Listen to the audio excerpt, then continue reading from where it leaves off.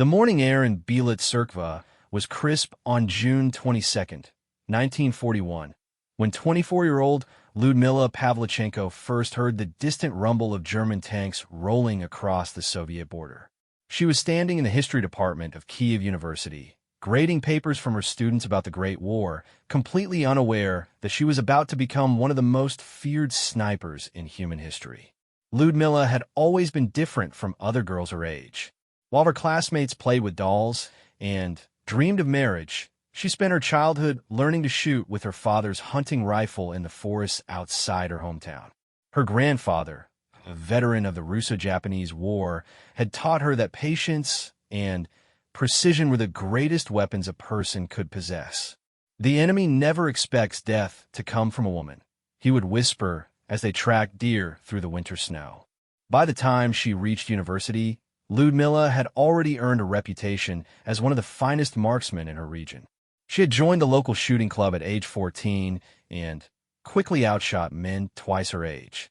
Her instructors were amazed by her natural ability to calculate wind speed, distance, and the subtle movements of her targets. But shooting paper targets and clay pigeons was nothing compared to what was coming. The news of the German invasion spread through Kyiv like wildfire. Students gathered in the university courtyard, their voices rising in heated discussions about duty, honor, and survival.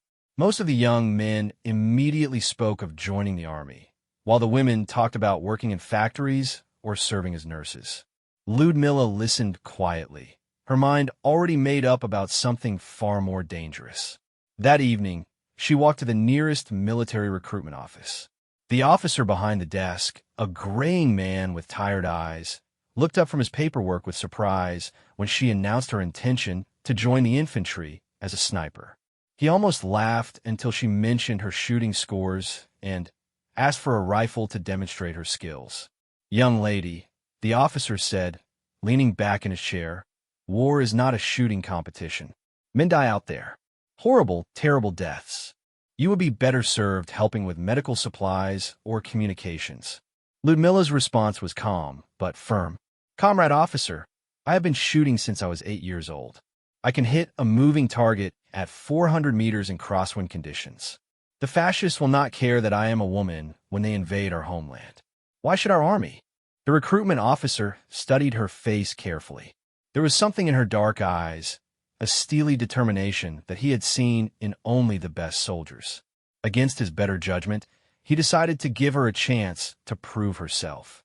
3 days later, Lyudmila found herself at a training camp outside Kyiv, holding a Mosin Nagant rifle and preparing for the most challenging test of her life.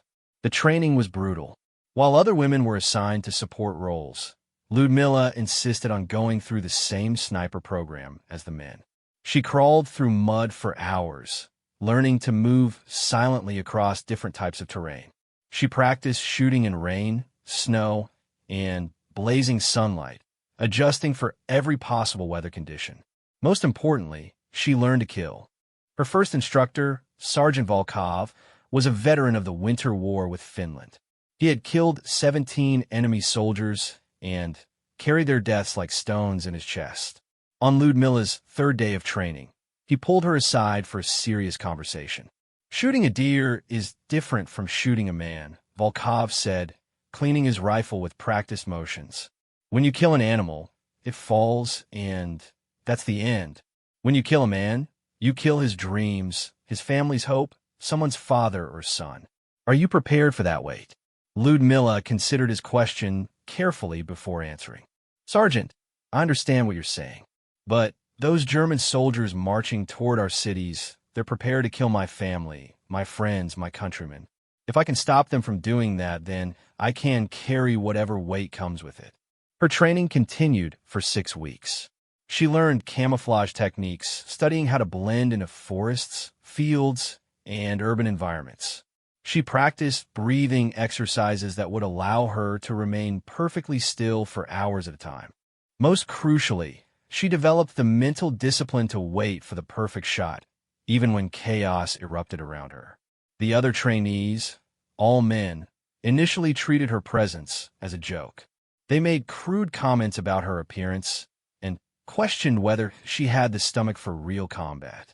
Ludmilla ignored their remarks and let her performance speak for itself. By the end of the fourth week, she was outscoring everyone in her unit on marksmanship tests.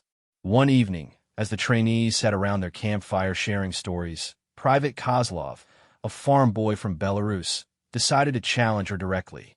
"Pavlichenko," he said, his voice carrying across the circle, "you shoot well at targets, but targets don't shoot back. What happens when you're lying in a crater with German bullets flying over your head? Will you freeze up like most women do?" Ludmilla stood up slowly, her face expressionless in the flickering firelight. "Kozlov, I've been hunting dangerous game since I was 12 years old. I've tracked wounded bears through thick forest and faced down charging wild boar. Fear is just another condition to adapt to, like wind or rain. The difference is, I've been preparing for this my whole life." "Have you?" The camp fell silent.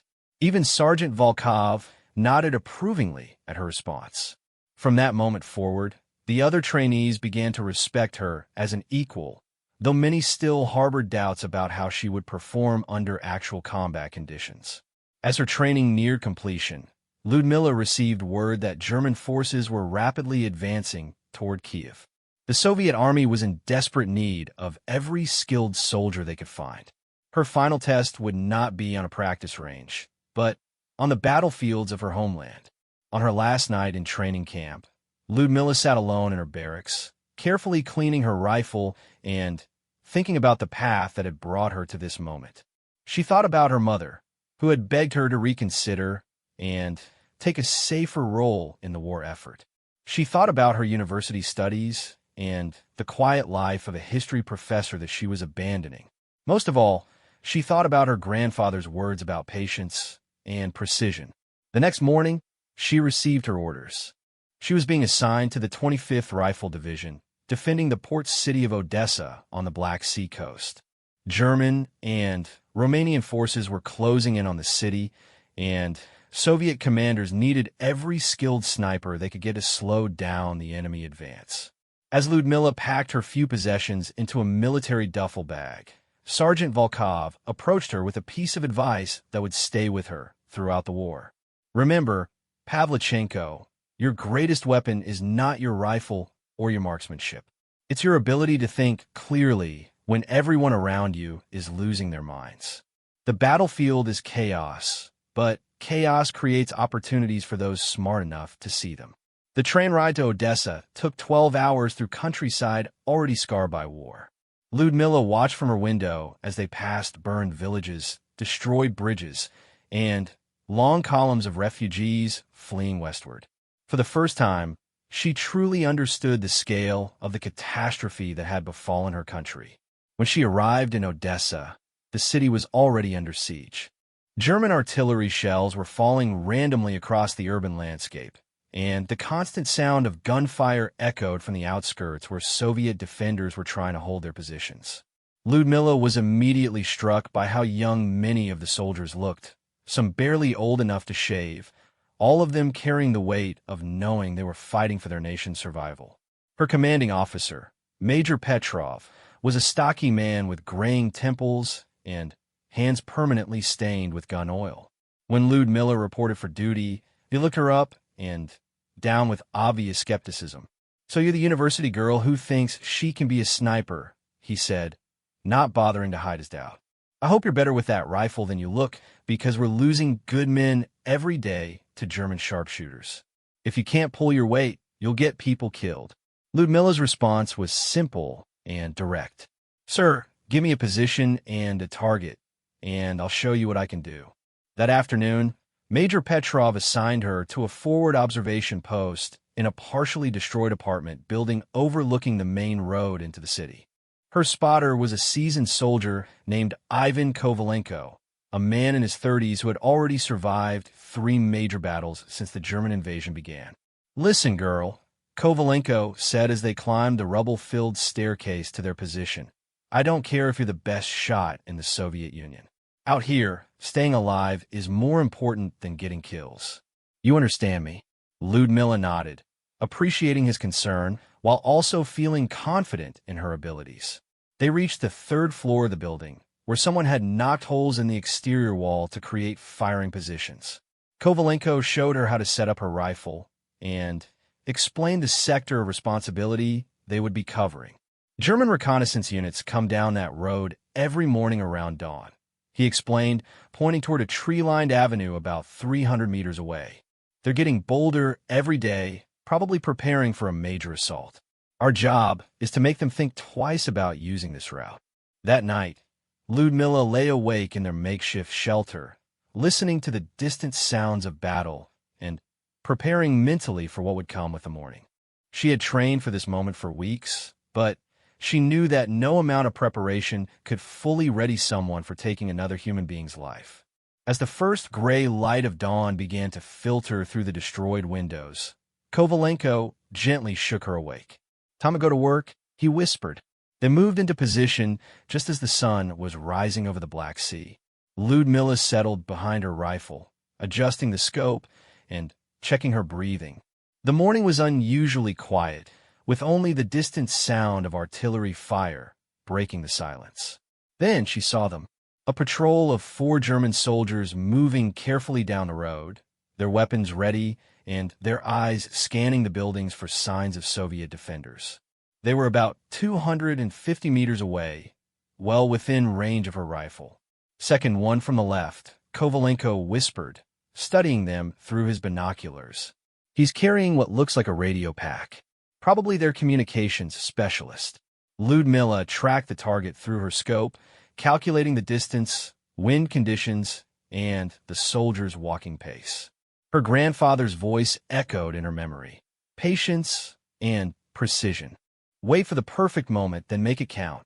The German patrol stopped to examine something on the ground, probably looking for signs of Soviet defensive positions. The radio operator turned slightly, presenting a clear target. Ludmilla took a deep breath, let half of it out, and gently squeezed the trigger. The rifle crack echoed across the empty street. Through her scope, she watched the German soldier drop instantly, his radio scattering across the pavement. The other 3 members of his patrol dove for cover, shouting commands in German and scanning the buildings for the source of the shot. "Clean hit," Kovalenko said quietly. "Now we move. They'll be calling in artillery support within minutes." As they quickly gathered their equipment and moved to a different position, Ludmilla felt a strange mixture of satisfaction and emptiness. She had just killed her first enemy soldier, confirming her ability to perform under combat conditions. But she also understood that this was only the beginning. The German army had thousands of soldiers approaching Odessa, and each one would need to be stopped if the city was to survive. Over the following days, Ludmilla's reputation began to spread throughout the 25th Rifle Division. She was consistently eliminating enemy targets at ranges that amazed even veteran soldiers, and her patience in waiting for perfect shots was becoming legendary. More importantly, her presence was having a significant psychological effect on German forces, who were becoming increasingly cautious about moving through areas where she was known to operate. By the end of her first week in Odessa, she had confirmed 8 kills, each one carefully verified by her spotter and recorded in the division's official records. But Ludmilla was just getting started, and neither she nor her enemies could imagine the deadly reputation she would build over the coming months of siege and warfare. The siege of Odessa dragged on for 73 brutal days, and during that time, Ludmilla Pavlichenko transformed from university student into one of the most feared snipers on the Eastern Front. By the end of September 1941, her confirmed kill count had reached 47, a number that seemed almost impossible to the German commanders who were desperately trying to counter her deadly effectiveness. Her methods had evolved far beyond simple marksmanship. Ludmilla had developed an almost supernatural ability to predict enemy movements and position herself in locations where she could inflict maximum damage while remaining virtually invisible. She would spend hours studying German patrol patterns, memorizing the timing of their reconnaissance missions, and identifying the key personnel whose elimination would disrupt their operations most effectively. One of her most successful tactics involved targeting German officers during their morning briefings. She had observed that enemy commanders often gathered in small groups near the front lines to discuss tactical plans, making them perfect targets for a skilled sniper. By eliminating these officers, she could disrupt German command structure and force them to promote less experienced soldiers to leadership positions. Major Petrov, who had initially doubted her abilities, now relied on her intelligence reports as much as her shooting skills. Ludmilla had proven to be an excellent observer, capable of identifying enemy weapon emplacements, troop movements, and supply routes from her various hiding positions throughout the city. Pavlichenko, Major Petrov said during one of their evening briefings, the Germans are starting to bring in specialized counter-sniper units. We've intercepted radio communications suggesting they're specifically hunting for you. You need to be more careful about changing positions and avoiding patterns. Ludmilla nodded thoughtfully. She had already noticed increased German activity in areas where she had been operating, and several of her favorite shooting positions had been subjected to concentrated artillery bombardment. The enemy was learning to adapt to her presence, which meant she would need to become even more unpredictable. Her partnership with Ivan Kovalenko had developed into something approaching telepathic communication. The veteran spotter could anticipate her needs and preferences so well that they rarely needed to speak during operations. He would identify targets, calculate ranges, and monitor for threats while she focused entirely on the precise mechanics of each shot. You know, Kovalenko said one evening as they cleaned their weapons, "In all my years of fighting, I've never seen anyone with your natural instincts for this work. It's like you were born to be a sniper." Ludmilla considered his comment carefully. "I think it's because I understand that every shot is a puzzle to be solved. Wind speed, distance, target movement, timing, all of these factors have to be calculated perfectly. It's not about emotion or hatred. It's about precision." Her reputation was beginning to spread beyond the Soviet forces defending Odessa. German soldiers had started referring to her as Die Weiße Hex, the White Witch, because of her ability to strike without warning and disappear before they could locate her position. Romanian forces fighting alongside the Germans had begun offering substantial rewards for information leading to her capture or death. The psychological warfare aspect of her presence was becoming almost as important as her actual kills. German patrols were moving more cautiously, taking longer routes to avoid areas where she might be positioned, and spending valuable time and resources on counter-sniper operations that reduced their effectiveness in other areas of the battle. One morning in early October, Ludmilla received an unusual assignment from division headquarters. Intelligence officers had identified a German sniper who was causing significant casualties among Soviet defenders in the northern sector of the city. This enemy marksman had eliminated 11 Soviet soldiers over the past week, including 2 junior officers, and traditional counter-sniper tactics had failed to locate or eliminate him. "This is different from your usual targets," Major Petrov explained as he briefed her on the mission. "This German knows what he's doing. He's probably been hunting snipers for years, and he'll be expecting someone like you to come after him. Are you confident you can handle a target who shoots back just as well as you do?" Ludmilla's response was characteristically calm and confident. "Sir, every target shoots back if you give him a chance. The key is not giving them that opportunity." She spent 2 days studying the area where the German sniper had been operating, carefully mapping his previous shooting positions and trying to understand his tactics and preferences. Like herself, he seemed to favor elevated positions with multiple escape routes, and he was excellent at camouflage and concealment. On the 3rd morning, she positioned herself in the bell tower of a damaged church overlooking the sector where the German had been most active. Her plan was simple: remain perfectly still and wait for him to reveal himself by taking a shot at Soviet forces moving through the area below. The wait lasted almost 6 hours. Ludmilla remained motionless behind her rifle, ignoring hunger, thirst, and the growing discomfort of maintaining the same position for so long.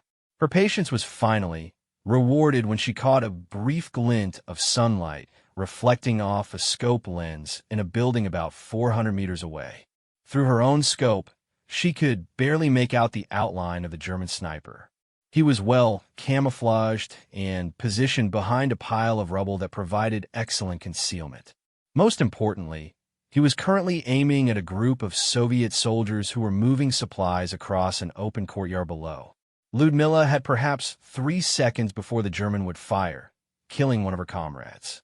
She adjusted her aim slightly to compensate for the distance and wind conditions, took a breath, and squeezed the trigger. Her shot struck the German sniper in the head, killing him instantly. Through her scope, she watched his rifle fall forward and clatter down the pile of rubble where he had been hiding. The threat was eliminated, and the Soviet soldiers in the courtyard continued their work, never knowing how close they had come to death. When she reported the successful completion of her mission, Major Petrov made a note in her file that would later become part of her military legend. Sniper Pavlichenko eliminated experienced German counter-sniper at 400 meters under combat conditions. Exceptional performance under pressure.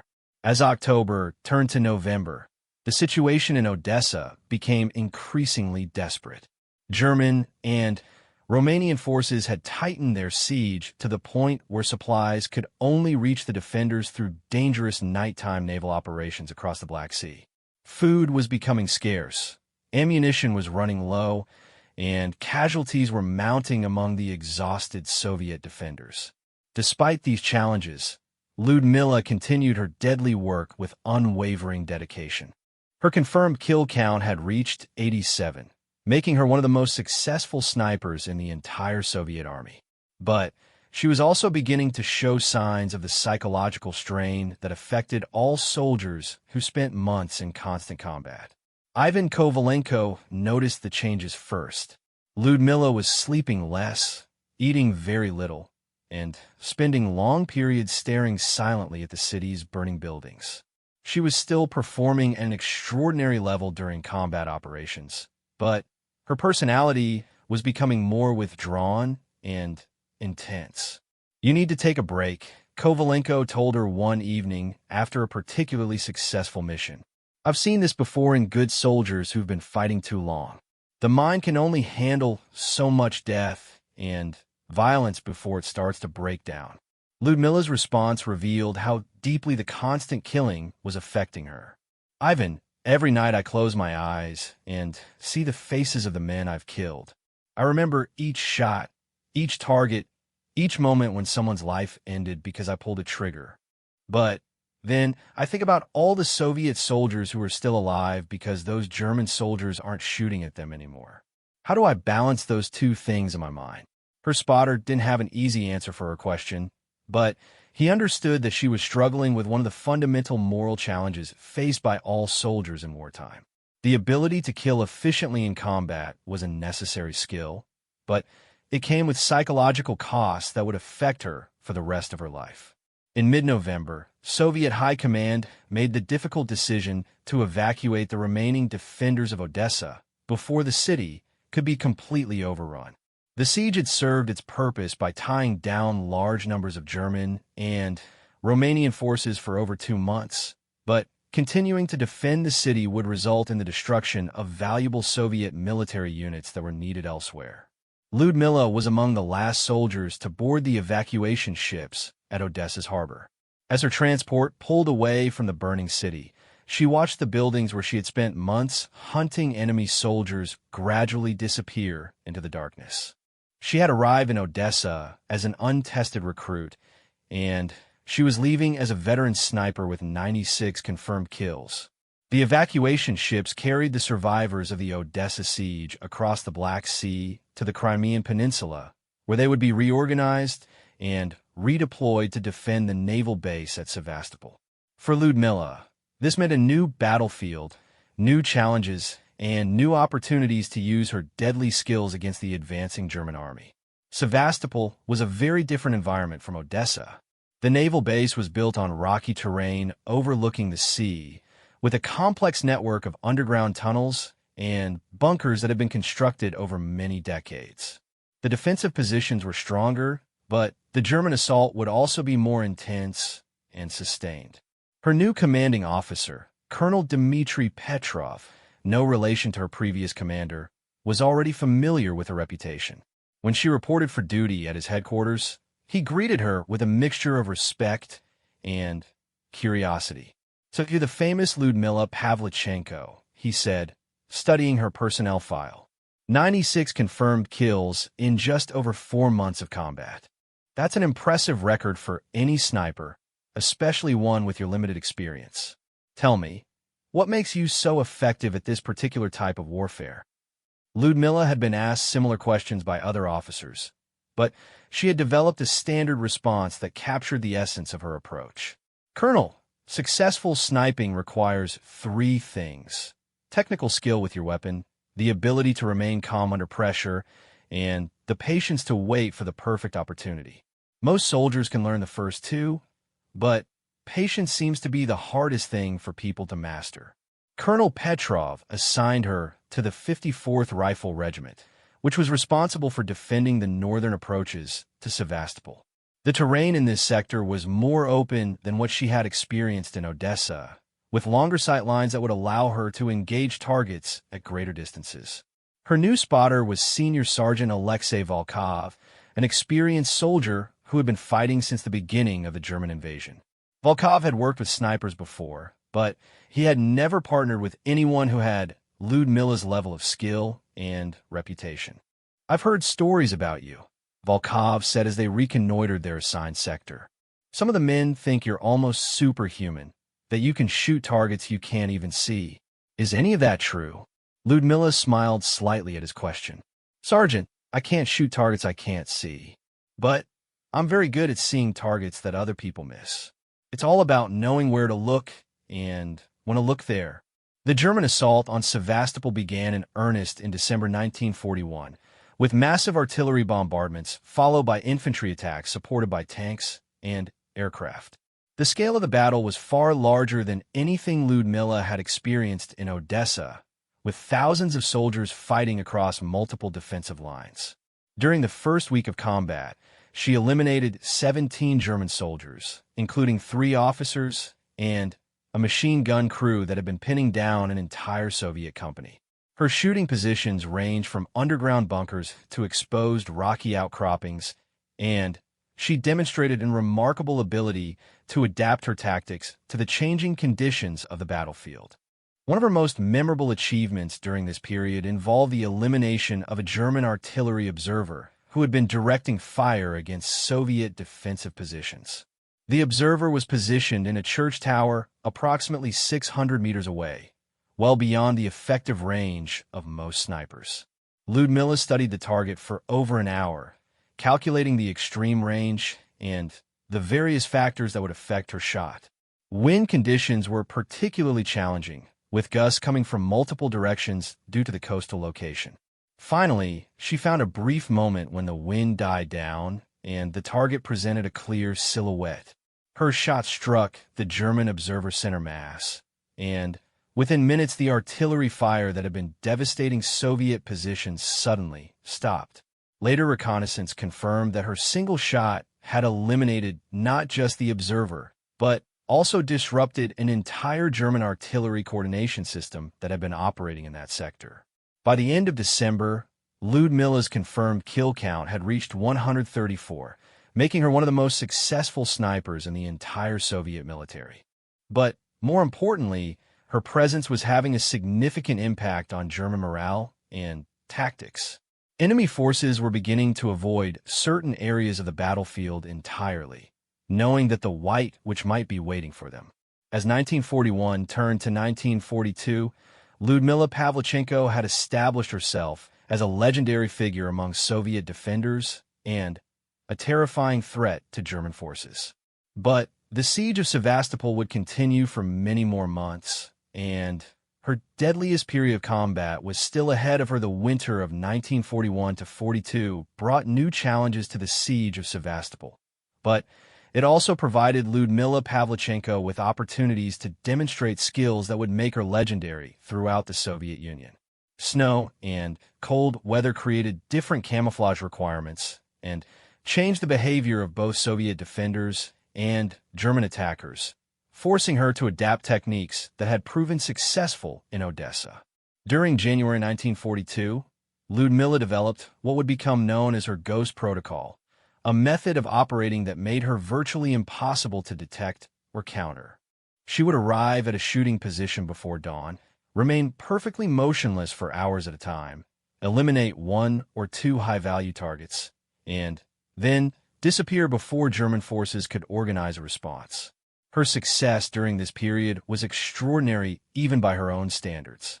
She was averaging nearly one confirmed kill per day, focusing primarily on German officers, machine gunners, and artillery spotters whose elimination would have the greatest impact on enemy operations. By the end of January, her confirmed count had reached 187, a number that seemed almost impossible to her fellow soldiers. Senior Sergeant Volkov had become completely devoted to supporting her operations. He had learned to anticipate her needs so precisely that they could communicate with subtle hand signals during the most dangerous missions. Their partnership had evolved into something approaching a perfect military unit, with each member understanding exactly how to complement the other's strengths. "You know what amazes me most about working with you?" Volkov said one evening as they prepared their equipment for the next day's mission. "You never seem to feel the pressure of having such a high kill count. Most snipers start thinking about their numbers, worrying about maintaining their average or breaking records. But you just focus on each individual shot as if it's the only one that matters." Ludmilla's response reflected the mental discipline that made her so effective. "Alexei, the moment I start thinking about numbers instead of targets, I'll make mistakes that will get us both killed. Each shot is a separate problem to be solved. The count is just a result of solving problems correctly." Her reputation was beginning to attract attention from the highest levels of the Soviet military hierarchy. In February 1942, she received a visit from General Ivan Petrov, commander of the entire Sevastopol defense, who wanted to meet the sniper whose exploits were being reported throughout the Soviet Union. "Comrade Pavlichenko," General Petrov said as he reviewed her service record, "your achievements here have been remarkable. But I'm curious about something. How do you maintain your effectiveness when you know the Germans are specifically hunting for you? We've intercepted communications indicating they've assigned entire units to eliminate you." Ludmilla had given considerable thought to this question, as German counter-sniper efforts were becoming increasingly sophisticated. "Sir, the key is never giving them a pattern to follow. I change my methods, my positions, my timing, even my targets, so they can never predict where or when I'll strike next. Predictability is death for a sniper." The general nodded approvingly, then asked a question that surprised her. "The Soviet people need heroes right now, comrade. Your story is inspiring civilians and soldiers throughout our nation. Would you be willing to participate in some publicity efforts to support the war effort?" This request created a dilemma for Ludmilla. While she understood the importance of maintaining morale on the home front, she was also concerned that increased publicity might compromise her operational effectiveness. After some consideration, she agreed to limited media interaction, provided it didn't interfere with her combat duties. A week later, a war correspondent named Boris Voidakov arrived in Sevastopol to interview her and document her methods. Voidakov was an experienced journalist who had covered military operations throughout the Soviet Union, but he had never encountered a soldier quite like Ludmilla Pavlichenko. "Tell me about your first kill," Voidakov said during their initial interview. "What was going through your mind when you realized you had successfully eliminated an enemy soldier?" Ludmilla's answer revealed the complexity of her emotional relationship with her deadly profession. It wasn't satisfaction or excitement. It was more like completing a mathematical equation. "I had calculated all the variables correctly, executed the shot properly, and achieved the desired result. The target was eliminated, which meant my comrades were safer. That's how I think about every kill." The correspondent spent 3 days observing her operations, carefully documenting her methods, while staying far enough away to avoid compromising her missions. He was amazed by her patience and precision, noting that she would sometimes observe potential targets for hours before deciding whether or not to engage. During one memorable incident, Voitakov watched as Ludmila tracked a German patrol that was moving through an area where Soviet defenders were known to be vulnerable. She had a clear shot at the patrol leader from about 300 meters, but she held her fire for nearly an hour. "Why didn't you take the shot?" Voitakov asked when they returned to their bunker that evening. "Because shooting him would have alerted the rest of his patrol to our position," Ludmila explained. "Instead, I waited until they moved into an area where I could eliminate the entire patrol without any of them escaping to report a location. 3 confirmed kills instead of 1, and no intelligence lost to the enemy." Her strategic thinking impressed the correspondent so much that he devoted an entire section of his article to her tactical intelligence. When a story was published in Pravda and other Soviet newspapers, it created a sensation throughout the country. Ludmila Pavlichenko became a household name, inspiring thousands of young women to volunteer for military service.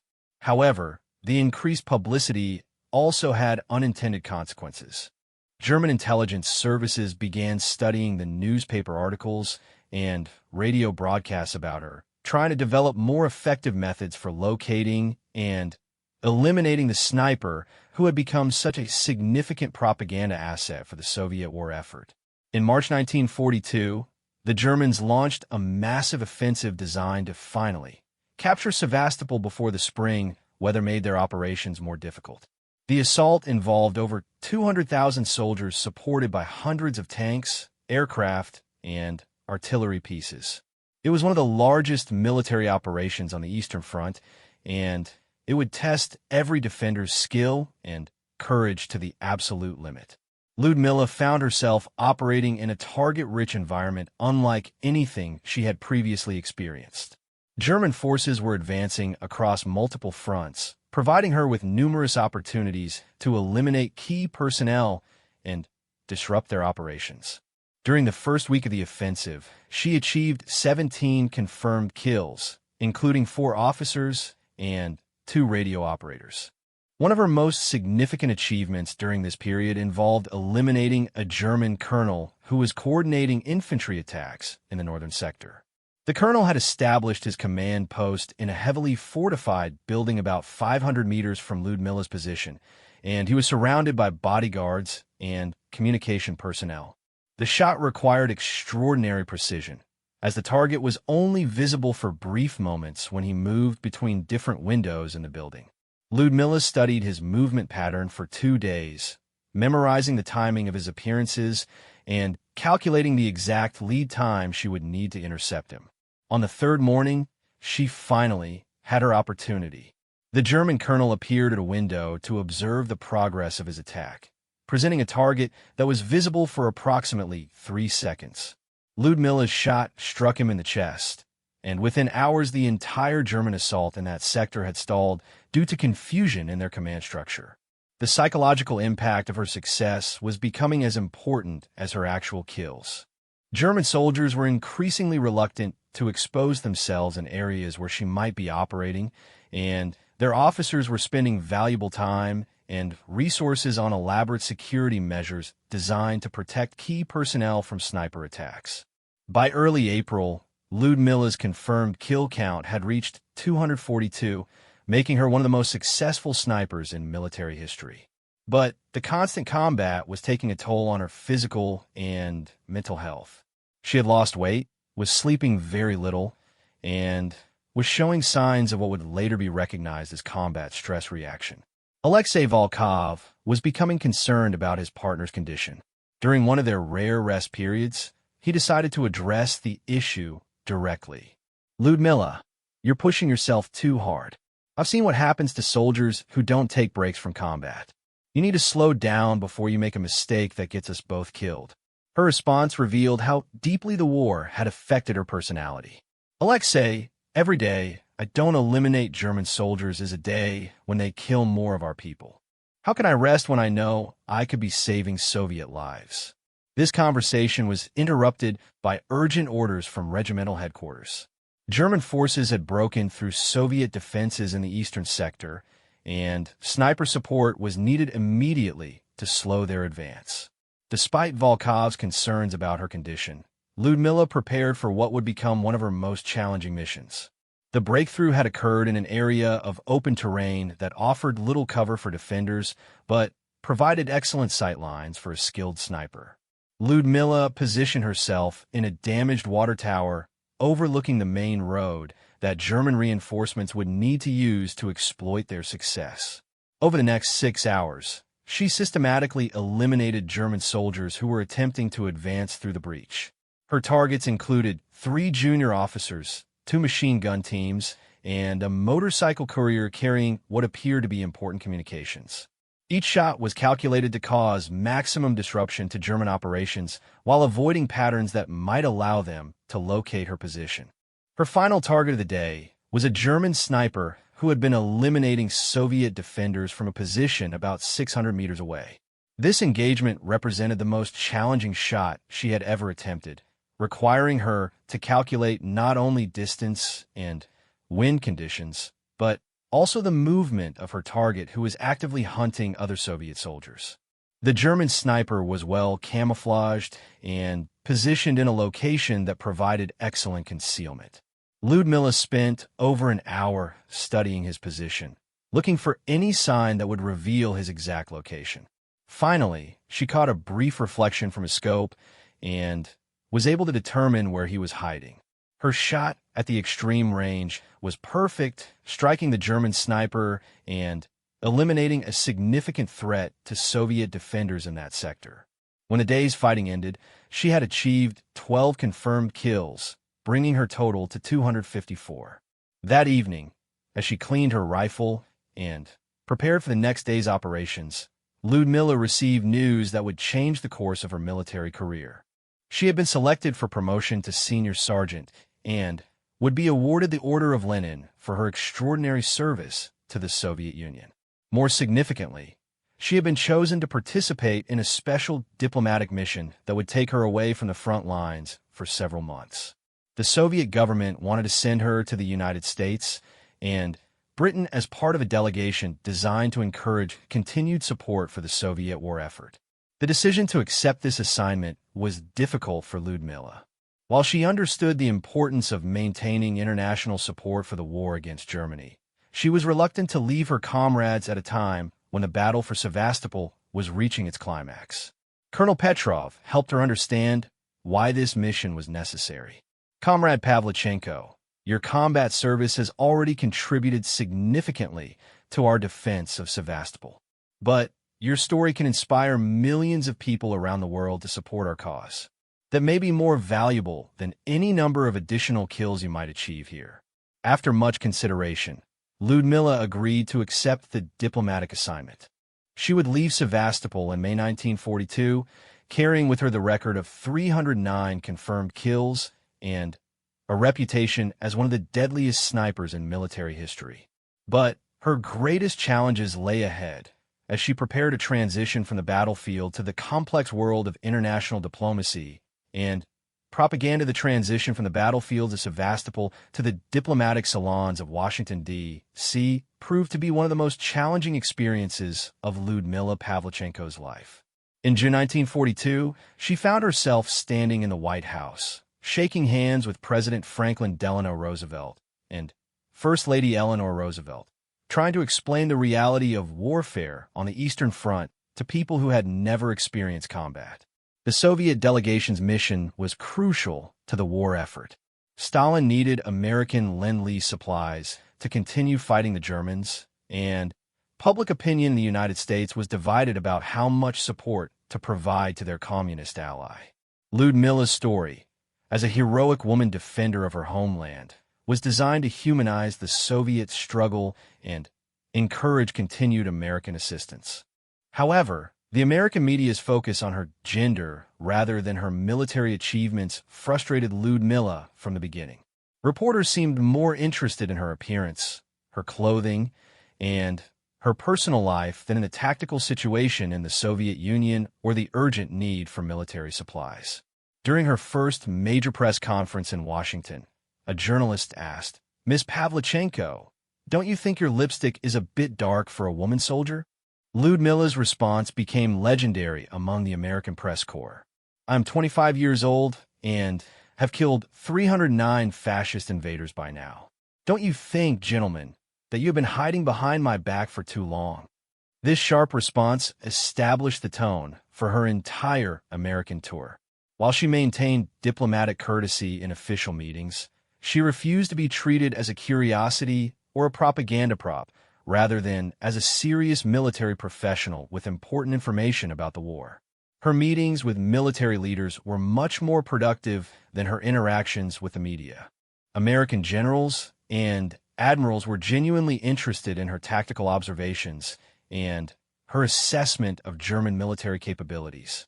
They asked detailed questions about German equipment, training, and operational methods that provided valuable intelligence for future American operations. General George Marshall, the Army Chief of Staff, was particularly impressed by her analytical abilities. During a private briefing at the Pentagon, he asked her to assess the effectiveness of different types of artillery support for infantry operations. General, Ludmilla replied, "Based on my observations at Odessa and Sevastopol, the Germans are most vulnerable when they mass their forces for major assaults. Well-coordinated artillery fire during these concentrations can disrupt their operations for days. But the timing has to be precise, and the fire has to be sustained long enough to force them to disperse." Her insights into German sniper tactics were especially valuable to American training programs. She spent several days at military bases, sharing her knowledge with American soldiers who were preparing for combat in North Africa and eventually Europe. Her students were amazed by her technical expertise and her ability to explain complex concepts in simple terms.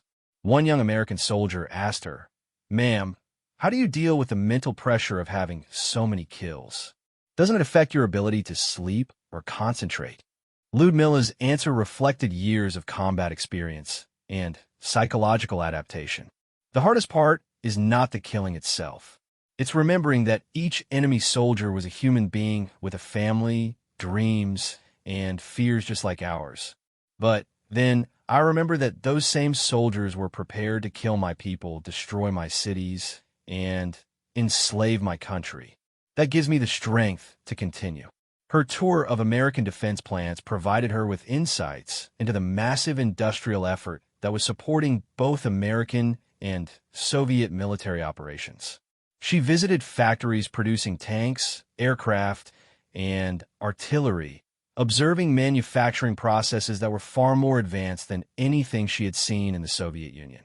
At a tank factory in Detroit, she was impressed by the speed and efficiency of American mass production methods. When asked for her assessment of the Sherman tanks being produced for Lend-Lease shipment to the Soviet Union, she provided a tactically honest evaluation. "These tanks are well-made and reliable," she told the factory workers, "but they're undergunned compared to the latest German models. Soviet tank crews will need to use superior tactics and numbers to overcome that disadvantage. Still, having these tanks is much better than not having any tanks at all." Her honesty about military equipment sometimes created diplomatic complications, but it also enhanced her credibility with American military professionals who appreciated straightforward technical assessments. The social aspects of her American tour were more challenging than the military briefings. She was invited to numerous dinner parties and social events where wealthy Americans wanted to meet the famous Soviet sniper, but these occasions often felt artificial and uncomfortable to someone who had spent months living in combat conditions. At one particularly awkward dinner party in New York, a wealthy socialite asked her, "My dear, don't you find it rather unladylike to be shooting people?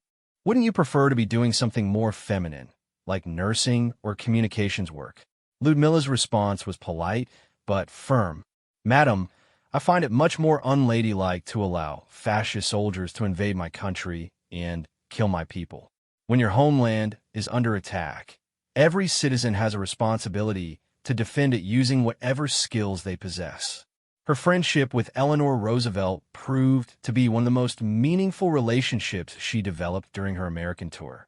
The First Lady was genuinely interested in Ludmilla's experiences and treated her as an equal rather than as a curiosity or propaganda symbol.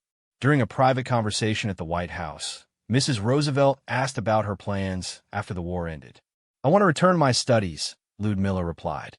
"Before the war, I was working toward becoming a history professor.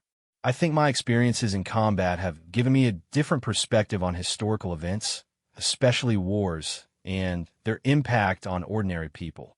Eleanor Roosevelt smiled at this response. "I think you'll find that your war experiences will make you a much better historian. You'll understand things about human nature and conflict that can't be learned from books alone." Her tour of Britain in July 1942 provided different challenges and opportunities. The British public was more familiar with the realities of warfare than most Americans, having endured the Blitz and having already sent soldiers to fight in North Africa.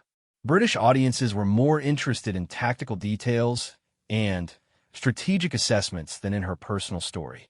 Prime Minister Winston Churchill met with her at 10 Downing Street, along with other members of the Soviet delegation. Churchill was particularly interested in her observations about German morale and fighting effectiveness after nearly a year of warfare on the Eastern Front. "Ms. Pavlichenko," Churchill said, "you've had more direct contact with German soldiers than almost any other Allied personnel. In your assessment, how long can they maintain their current level of offensive capability?" Ludmilla's response reflected her careful observation of enemy behavior during months of combat. "Prime Minister, the German soldiers I've observed are still well-trained and disciplined, but they're showing signs of war weariness. They're becoming more cautious, more defensive-minded. Their officers are having to work harder to maintain aggressive attitudes among their troops." Her speaking engagements in British cities were generally more successful than her American appearances, as British audiences focused on her military expertise rather than treating her as a novelty. She spoke at several universities, sharing her insights about modern warfare and its impact on civilian populations.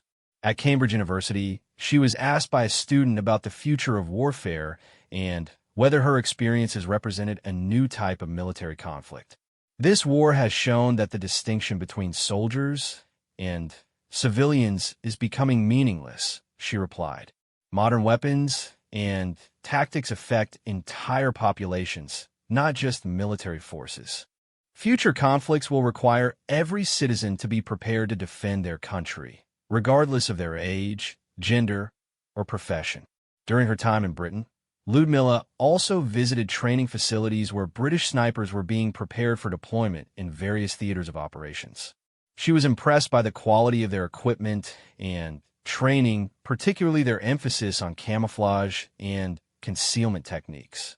"Your methods are very good," she told the British instructors, "but you need to spend more time training for urban warfare. Most of my successful operations took place in cities and towns where the challenges are very different from rural environments." Her suggestions were incorporated into British sniper training programs and later proved valuable when British forces began fighting in Italian cities and eventually in German urban areas. By August 1942, Ludmilla had been away from combat for 3 months, and she was becoming increasingly anxious to return to the Soviet Union. News from the Eastern Front was mixed, with German forces launching a major summer offensive while Soviet defenders struggled to maintain their positions. The news that Sevastopol had finally fallen to German assault in July was particularly painful for her. Many of her former comrades had been killed or captured during the final stages of the siege, including Alexei Volkov, her spotter and friend. The knowledge that she had been attending dinner parties in Washington while her comrades were fighting and dying created feelings of guilt that would affect her for years. Her final major speaking engagement was at a rally in Chicago, where she addressed over 10,000 people about the importance of continued American support for the Soviet war effort. Her speech was broadcast nationally on radio, reaching millions of Americans. "The fascist armies are still strong," she told the crowd, "but they can be defeated if the Allied nations work together and support each other without reservation. Every tank, every airplane, every bullet you send to the Soviet Union saves lives and brings us closer to victory. But the war is far from over, and we need your continued help. The diplomatic mission had been successful in its primary objectives. American Lend-Lease support for the Soviet Union increased significantly following her tour, and public opinion polls showed greater support for the Soviet alliance. But for Lyudmila personally, the experience had been emotionally exhausting and frustrating. When she finally boarded the ship that would take her back to the Soviet Union in September 1942, she felt relief at leaving behind the artificial world of diplomacy and propaganda. She was eager to return to the clear moral certainties of combat, where success was measured in eliminated enemies rather than newspaper headlines or diplomatic agreements. However, her combat career was effectively over. The Soviet government had decided that she was too valuable as a symbol and trainer to risk losing in battle. Instead of returning to a frontline sniper position, she was assigned to training facilities where she would spend the remainder of the war, teaching her skills to new generations of Soviet snipers. This assignment was both honor and disappointment. While she understood the logic behind the decision, part of her would always regret not being able to continue the deadly work that had made her famous. She had achieved 309 confirmed kills during 10 months of combat, a record that would never be surpassed by any female sniper and would rank among the highest totals achieved by any sniper in military history.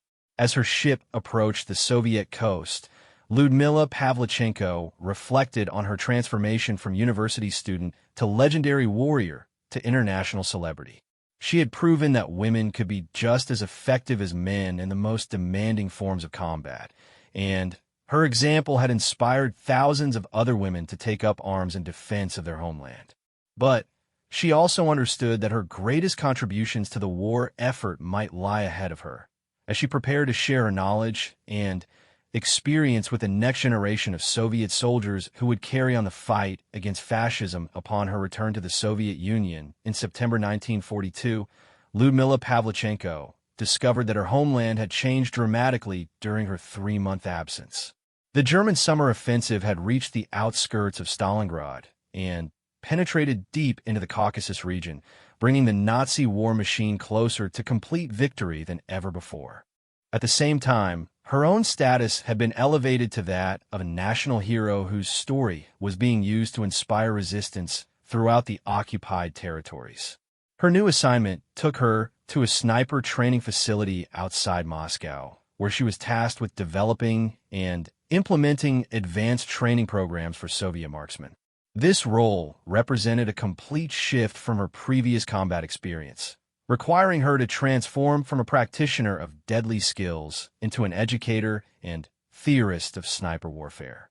The training facility was a sprawling complex of shooting ranges, observation towers, and mock urban environments designed to simulate the conditions that snipers would encounter on various battlefields.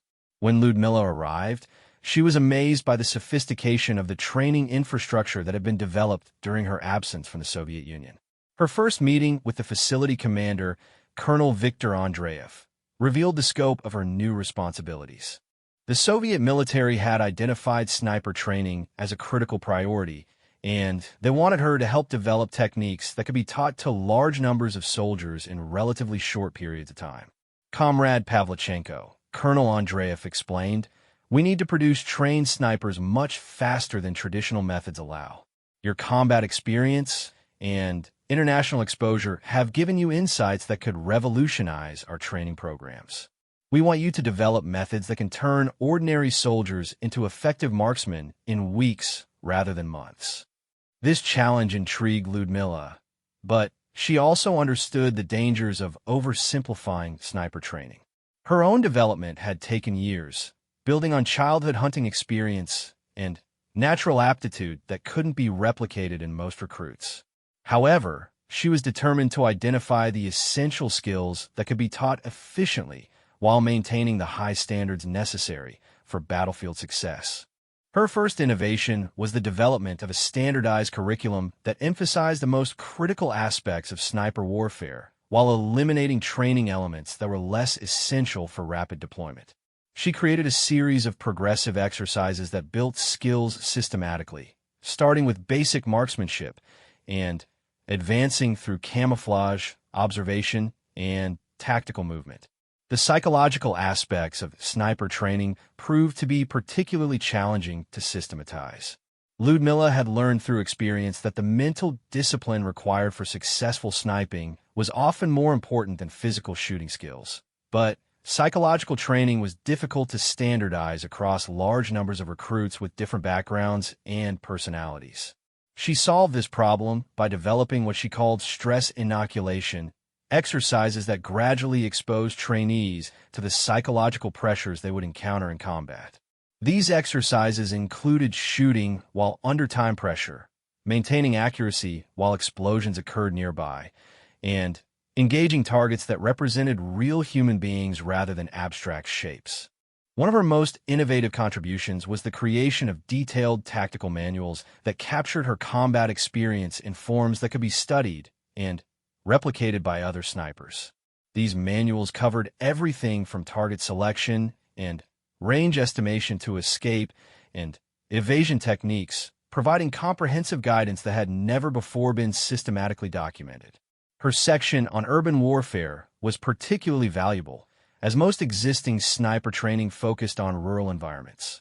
Ludmilla's experiences in Odessa and Sevastopol had taught her unique techniques for operating in damaged buildings, using rubble for concealment, and calculating shots through complex urban terrain.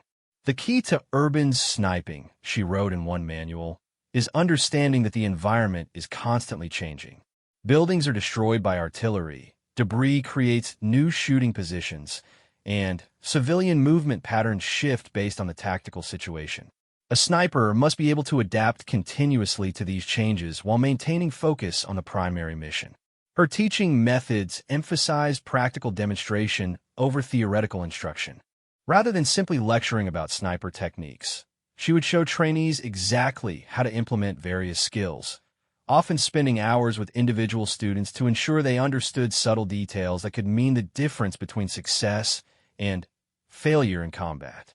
One particularly memorable training exercise involved teaching concealment techniques to a group of experienced soldiers who had been selected for sniper training. Ludmilla positioned herself in a complex mock battlefield and challenged the trainees to locate her within a specified time limit.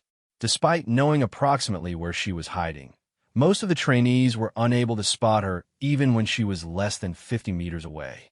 Concealment is not just about camouflage, she explained after revealing her position. It's about understanding how people look for things and then making yourself invisible by avoiding the patterns that human eyes naturally detect. Movement, symmetry, and contrast are your enemies. Patience and stillness are your greatest assets. Her reputation attracted advanced students from throughout the Soviet military, including experienced snipers who wanted to learn her techniques. Many of these students were already combat veterans with their own successful records, but they were eager to learn from the legendary marksman whose achievements had become synonymous with sniper excellence. During one advanced seminar, a veteran sniper named Captain Dmitry Kozlov asked her about the psychological challenges of maintaining effectiveness over extended periods of combat. "The hardest part," Ludmilla replied, "is not becoming emotionally attached to your success or your methods. I've seen good snipers become predictable because they fell in love with particular shooting positions or techniques. The enemy adapts constantly, and you have to adapt faster than they do." Her training programs produced remarkable results. Snipers trained using her methods were achieving significantly higher success rates than those trained through traditional programs, and they were being deployed more quickly to critical sectors of the front where their skills were desperately needed. By early 1943, the tide of the war was beginning to turn in favor of the Soviet Union. The German defeat at Stalingrad had demonstrated that Nazi forces could be stopped and destroyed, and Soviet military production was reaching levels that finally matched German capabilities. Ludmila's contribution to this success was the thousands of trained snipers who were using her techniques to eliminate German officers, specialists, and key personnel throughout the Eastern Front. However, her personal satisfaction with this role was complicated by her continuing desire to return to combat. News from the front lines was filled with accounts of major battles and Soviet advances, and she often felt frustrated by her absence from the decisive engagements that were determining the course of the war. This internal conflict was resolved when she received an opportunity to participate in actual combat operations while officially maintaining her training responsibilities. Soviet forces were preparing for a major offensive in the Kursk region, and military commanders wanted experienced snipers to provide intelligence and eliminate key targets during the preparatory phase of the operation. Ludmila was assigned to lead a small team of her best students in reconnaissance and sniper operations that would support the larger offensive. This mission represented her first return to active combat since leaving Sevastopol nearly a year earlier, and she approached it with a mixture of excitement and professional caution. The area around Kursk presented different challenges from her previous combat experience. The terrain was more open than the urban environments where she had achieved most of her success, requiring her to develop new techniques for long-range shooting across agricultural fields and rolling countryside. Her team's mission was to eliminate German artillery observers and communication specialists who were directing defensive fire against Soviet preparations for the offensive. These targets were well protected and located at extreme ranges, requiring precision shooting under difficult conditions. During the first week of operations, Ludmila achieved 7 confirmed kills, bringing her career total to 316. More importantly, her team's success in eliminating key German personnel contributed significantly to the surprise and effectiveness of the Soviet offensive when it was finally launched. Her final combat operation involved the elimination of a German sniper who had been causing significant casualties among Soviet reconnaissance units. This engagement brought her full circle to her earlier experiences hunting enemy marksmen, requiring all of her accumulated skills and experience. The German sniper was positioned in a water tower approximately 800 meters from Ludmila's location, well beyond the effective range of most rifles. Worse, he was clearly an experienced marksman who understood concealment and had positioned himself to minimize his exposure while maintaining excellent observation of Soviet positions. Ludmila studied the target for 2 days, looking for patterns in his behavior and weaknesses in his position. Finally, she identified a brief moment each morning when the German would expose himself slightly while adjusting his scope for changing light conditions. Her shot at the extreme range required perfect calculation of ballistic factors and weather conditions. When she finally took the shot, the bullet traveled for nearly 2 seconds before striking the German sniper center mass, eliminating a significant threat to Soviet operations in that sector. This kill brought her confirmed total to 317, but more importantly, it represented the culmination of her combat career. Shortly afterward, she was ordered to return to training duties and was specifically prohibited from further frontline operations. The Soviet government had decided that her value as a trainer and symbol was too great to risk losing in combat. Her final years of war service were spent expanding and refining her training programs while also participating in various propaganda and morale activities. She wrote articles for military publications, appeared in training films, and continued to inspire new generations of Soviet soldiers with her example of courage and effectiveness. When the war finally ended in May 1945, Ludmila Pavlichenko had achieved a unique place in military history. Her 317 confirmed kills represented one of the highest totals achieved by any sniper during World War II, but her contributions went far beyond her personal combat record. The thousands of snipers trained using her methods had eliminated tens of thousands of German soldiers throughout the war, disrupting enemy operations and contributing significantly to Soviet victory. Her example had inspired countless women to take up arms in defense of their homeland, demonstrating that gender was no barrier to effective military service. Perhaps most importantly, her international tour had helped secure continued Allied support for the Soviet war effort during the most critical period of the conflict. Her personal story had humanized the Soviet struggle for American and British audiences, contributing to the alliance that ultimately defeated Nazi Germany. After the war, Ludmilla returned to her academic pursuits, completing her degree and eventually becoming a professor of history at Kiev University. She wrote several books about her wartime experiences and continued to serve as an inspiration for women throughout the Soviet Union and around the world. Her post-war life was marked by a quiet dignity that contrasted sharply with her wartime fame.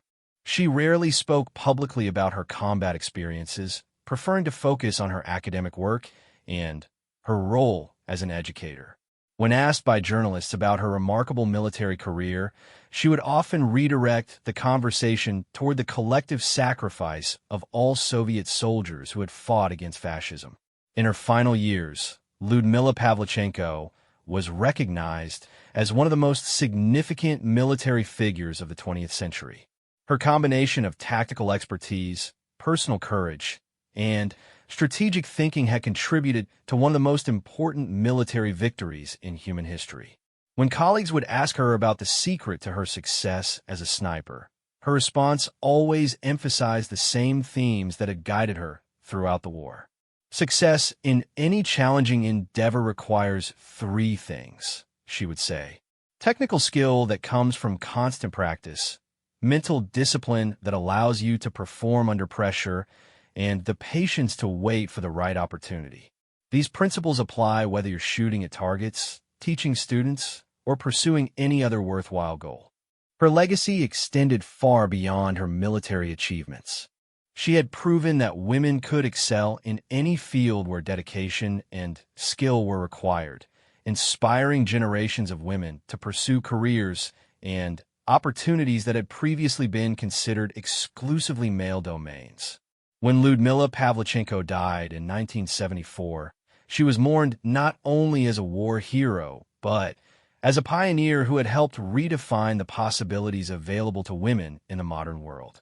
Her story continued to inspire people around the globe, demonstrating that ordinary individuals could achieve extraordinary things when they combined natural ability with determination, discipline, and an unwavering commitment to defending what they believed in.